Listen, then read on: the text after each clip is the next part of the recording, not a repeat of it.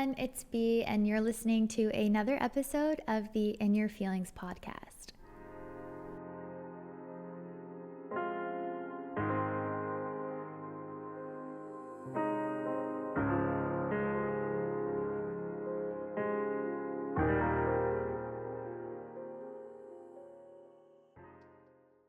For those of you who are new here, In Your Feelings is basically just a podcast that Thought Catalog and I created in order to connect with all of you based on the very real and very emotions that you're all dealing with, we're all dealing with as we navigate relationships and breakups and moving on and careers and everything along those lines. We just want to make sure that we're putting out content that makes you feel seen and heard, and ultimately makes you feel like you aren't alone in what you're going through, and that there are people who are dealing with the exact same things. I wanted to create an episode of In Your Feelings based around modern dating, just as a commentary relative to the way that we seem to be treating one another when it comes to relationships and entering into connections with other human beings in this generation.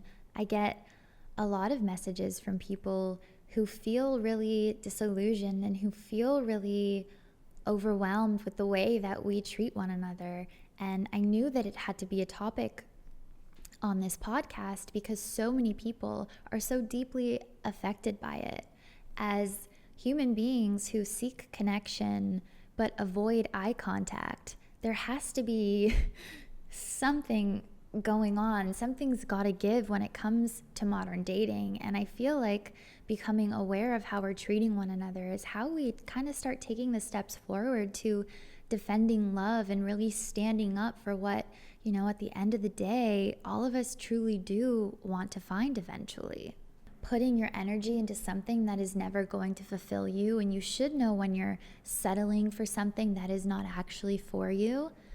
But to look at modern dating and to almost back yourself into a corner and say, I absolutely do not want to participate in this, is really cheating yourself of the potential to make a difference in the way that we interact with one another. Because we need people who are standing up for and defending love. We need people who are loving this way so that we can learn and grow and fix what is happening right now.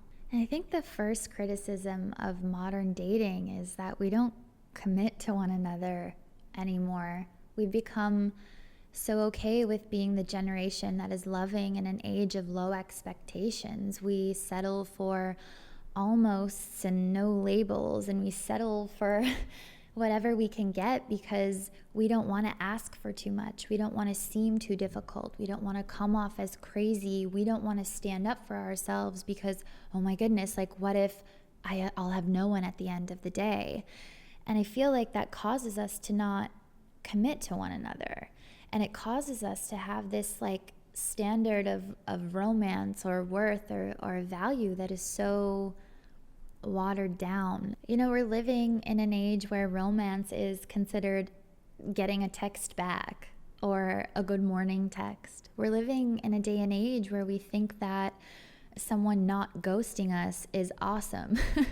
In reality, we are begging for basic respect as human beings. We're begging to be loved the way that we should just naturally and innately be loved. We are being loved in halves and in bare minimums, and yet this has become the new norm. This has become the new okay. And so our expectations are so low, and our expectations are almost non-existent. And so we don't ask people to commit anymore. We don't ask for what we need. We just keep funneling and fueling this concept of modern romance that is never actually going to fulfill us in the long run. One of the most consistent things I hear from people is that they feel like they are being loved by someone who always has one foot out the door.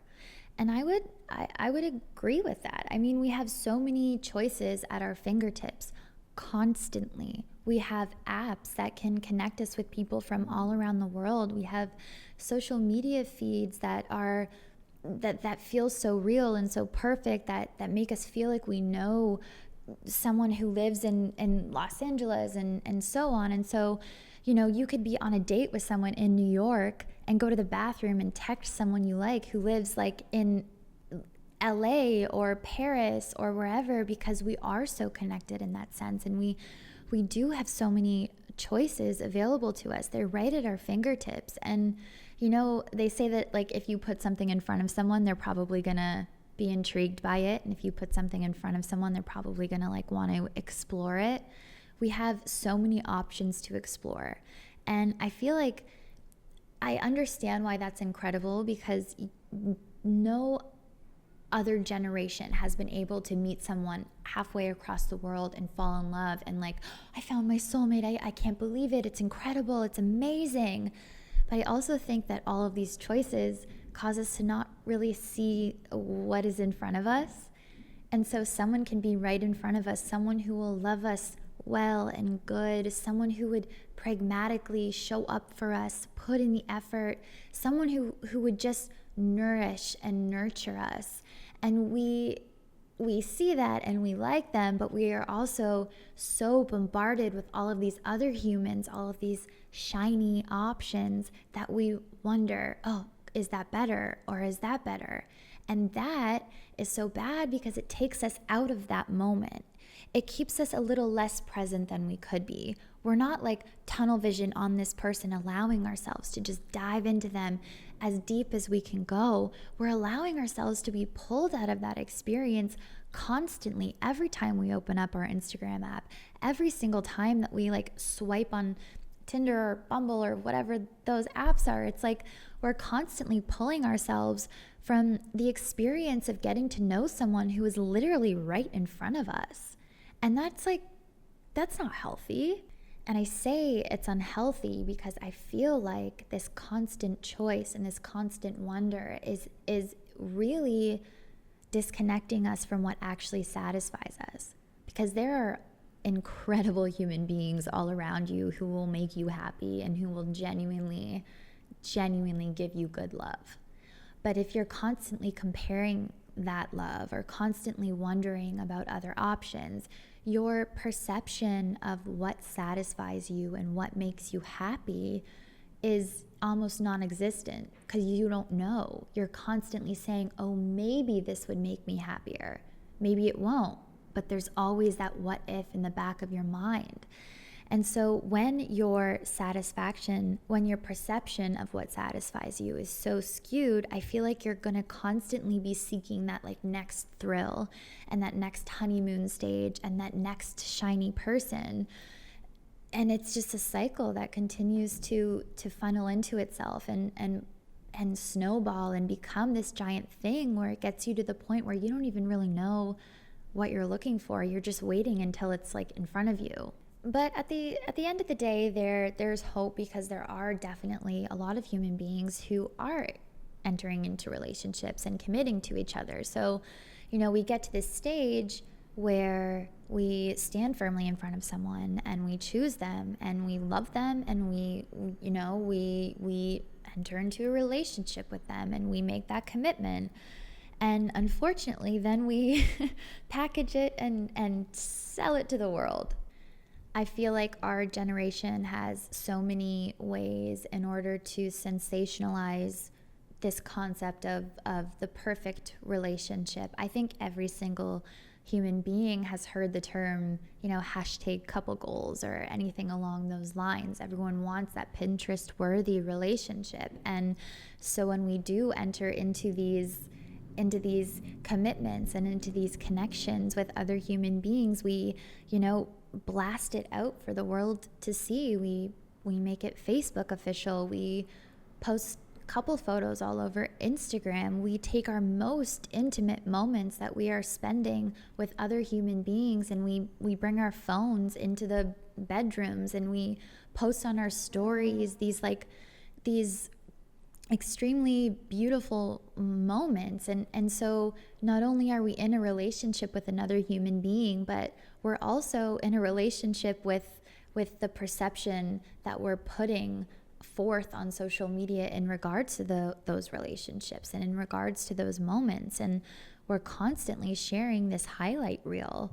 We're constantly sharing like the vacations and the engagements and the smiley photos, and no one sees, the anxiety attack that, got you into a fight over your overthinking. No one sees the yelling, or the way that you feel lonely sometimes in your relationship. No one normalizes those moments. No one romanticizes those moments. We don't see that splayed across social media. We are not likely to share things like that because we are the generation of aesthetics, and we've created our relationships and our perception of love to be the most aesthetically pleasing thing that we want to give the world. And at the end of the day, it's all just wrong. Like, that is not what love actually is. Like, love is not a perfectly filtered couple photo on Instagram. Love is waking up with a pimple on your forehead and having someone laugh and like dying of laughter in bed because like you have an interview that day, or like something like that. That's a very specific example that has definitely happened to me, by the way. But love is not that perfectly polished, beautiful Instagram couple photo that you throw online for the sake of throwing something online and showing the world that you are committed and in a relationship.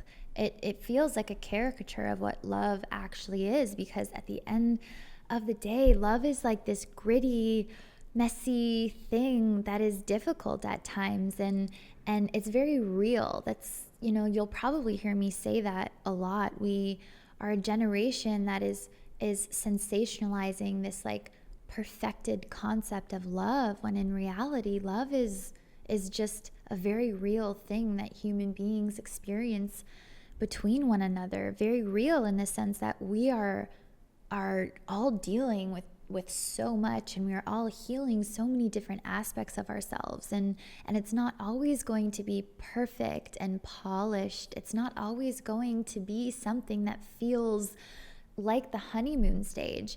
It's going to be really difficult sometimes. And if I'm being completely honest, that's when you want that person by your side, when life isn't shiny and when things get really hard, and when you aren't the most virtuous example of who you can be.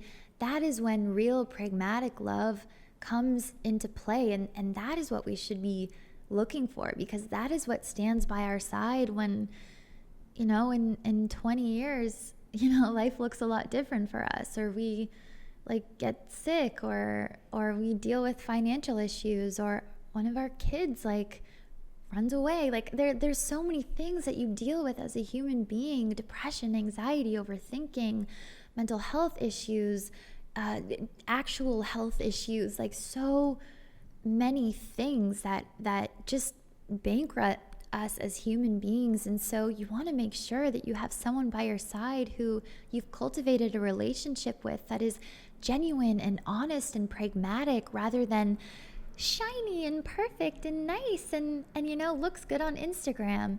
It's like, that's not gonna support you at the end of the day. That's not actually like what you're looking for. And yet we feel so called to creating this perception of it. It's almost like we walk around with these masks and we're looking to project those masks onto each other more and more, so that the cycle just perpetuates and perpetuates and perpetuates. And what I mean when I say it perpetuates is, let's say I'm in a relationship and I'm happy. I've found someone who I laugh with and who I'm just, they're singing in the shower and I think they're so dumb, and I've heard their dumb jokes like a billion times, and I'm just like, oh my God, you're so silly and I fucking love you. Like, it's just like, oh, you're my person, It's a great feeling to have. But then I go on Instagram and I see all of this like perfectly polished, amazing like love, like this romanticized love, this sensationalized version of like couple goals, this aesthetic love that I was talking about before. And I feel like a lot of people deal with that causing comparison issues within them. Oh, like, he doesn't do that for me, or she doesn't look at me that way, or look at all of these comments of all of these people saying, oh my God, this is exactly what I want. Oh my God, like my one TP, like, and it's this concept of love that almost like seeps into our brains and makes us question who we have standing in front of us. It makes us question the people who are showing up for us every day. It makes us question if what we have is actually what we deserve or what we're worthy of. It makes us question ourselves. Are we settling? Is there something different out there?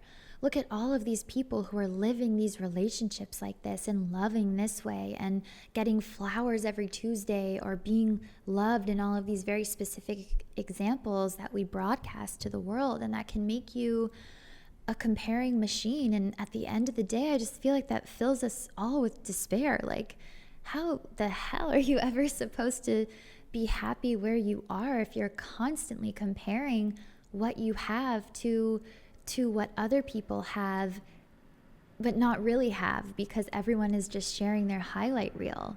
It's like we're playing ourselves by doing it, and yet we're still so fixated on projecting that image inside of our relationships.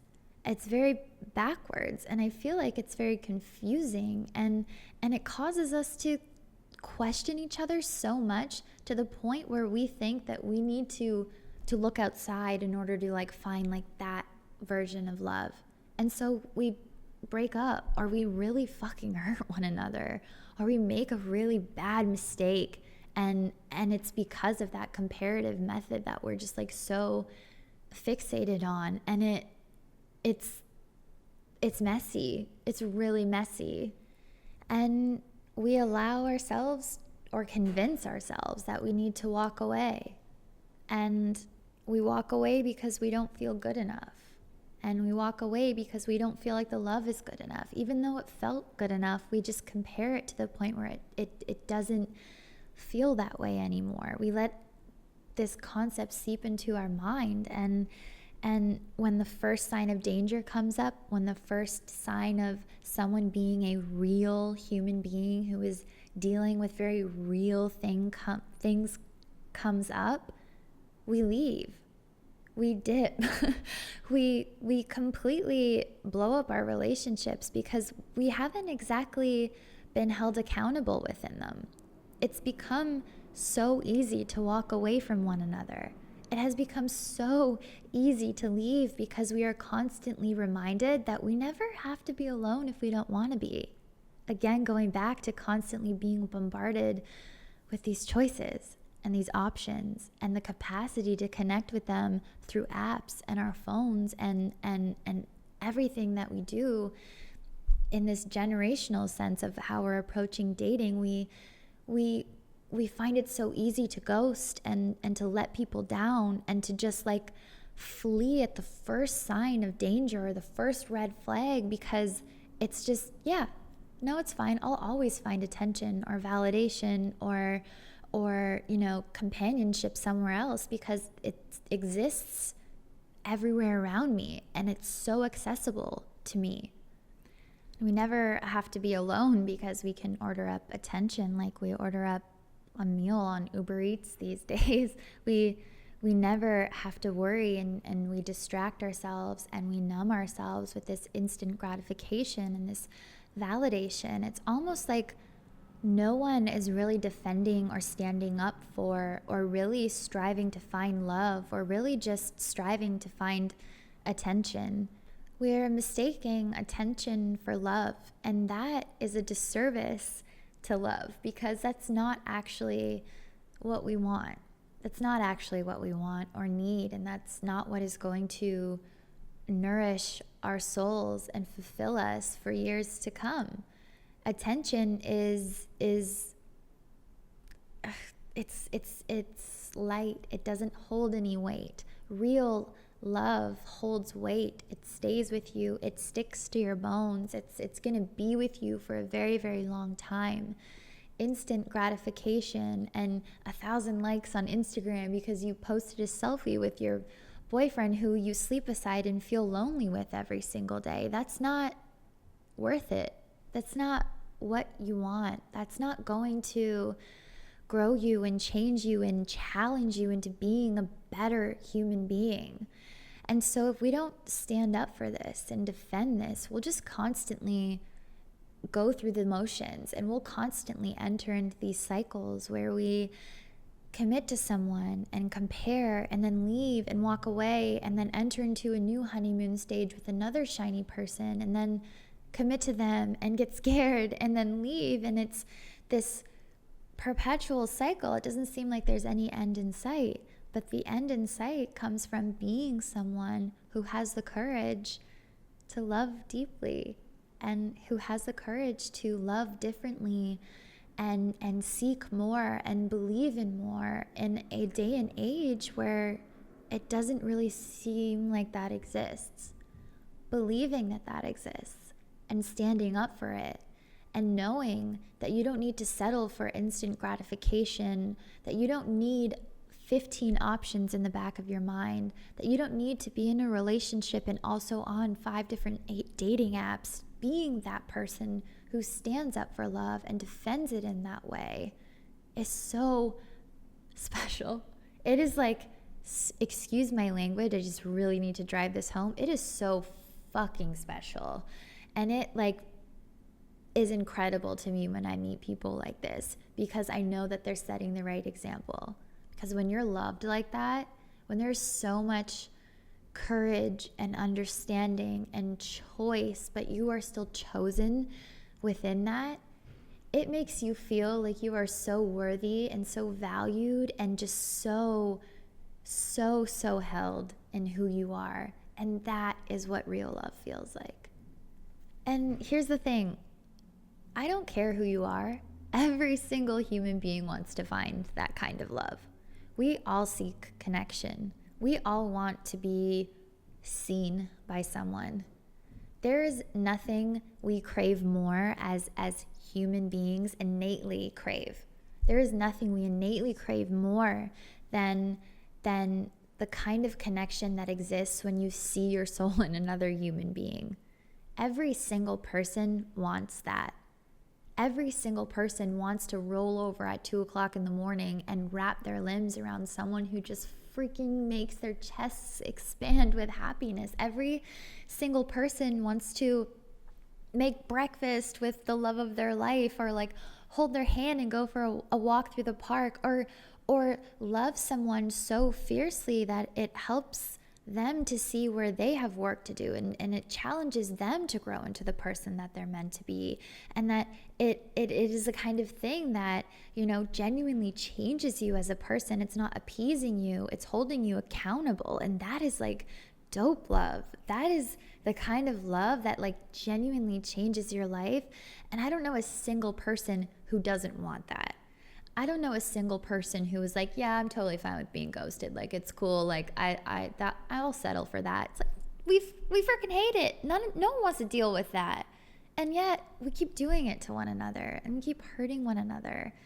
And that's why I said the whole bit about standing up for love and really just ensuring that you are being the kind of person in the world who is loving the way that you want to be loved, and who is loving the way that is putting goodness back into the world, instead of kind of feeding into this cycle where we're bankrupting ourselves emotionally and expecting to fill those voids with other human beings.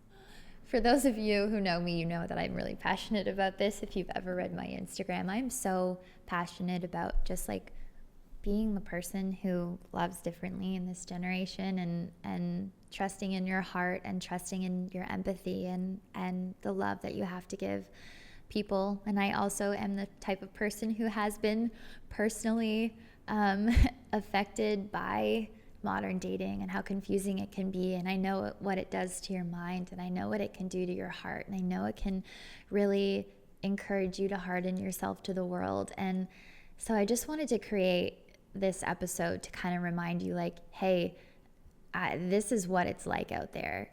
You are seen in what you're going through. You are seen in your frustration and your confusion. Like, we're all very aware, but there's beauty in being who you are. And I wanted this to act as a reminder if throughout this whole thing you were nodding your head being like, man, that sucks. We do that to one another. Like, this is so absurd.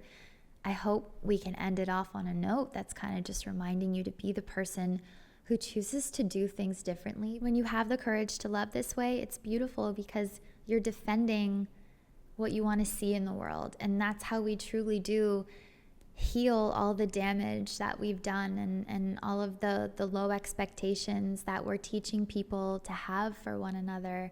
When you do put that goodness out into the world, I really genuinely believe that you are helping to move things forward in a positive direction. So be vulnerable and take off your mask and tell people you love them and just stand up for your heart. Just stand up for your heart. And just to end off the episode, this is just a little poem, a little meditation that you can listen to that is just going to affirm in you to be that person and to put your heart out into the world the way that I just spoke about. So I'll read that now. I hope you have the courage to keep loving deeply in a world that sometimes fails to do so. In a generation that orders up attention like they order up a meal, in a generation that has started to love with one foot out the door, I hope you have the courage to believe that genuine connection still exists. And I hope you have the courage to stand up for that, to open yourself to it when you start to feel it bloom within the heart of you. I hope you have the courage to appreciate it for all that it is, to not approach it wearing a mask, to not try to desensitize yourself to it or play it cool. Please, I hope you have the courage to crash your heart into the people life gifts you. I hope you have the courage to believe that goodness still exists, that there are those who have the capacity to love the way you do, that there are those who will see you and grow you and teach you more about the world. I hope you have the courage to fight for connection. I hope you have the courage to go deeper, to never exist on the surface of your life, even if it's easier or more convenient. At the end of the day, you should leave this world with a heart that is worn out and soft all over. A heart that is bruised from loving and feeling and caring in the best way possible. At the end of the day, you should be proud of your inability to be anything but open to the world. You should be proud of who you are. All right. Clearly very passionate about the topic of modern dating and what that means in our generation. And I also understand that this is such an overarching topic and way to talk about connections and relationships and dynamics in this day and age. And I definitely want to invite all of you to send me feedback, DM me on Instagram, DM Thought Catalog on Instagram, or email us if you would like me to kind of make this a series where we dive deeper into the topics I kind of talked about today. So if you want a whole episode on ghosting, or if you want a whole episode on what it means to be on dating apps or anything along those lines, definitely let me know and we'll be able to make it a little series for you. But with all that being said, I really hope you enjoyed listening to this podcast today, and I hope this episode affirmed in you that there is like so much beauty in the world, and no matter how difficult modern dating can feel, there are people out there who still believe in love and are old souls and are deep feelers. And so yeah, I hope that was a little reminder for you. Thank you for being here with me today. Thank you for listening, and I'll see you in the next one.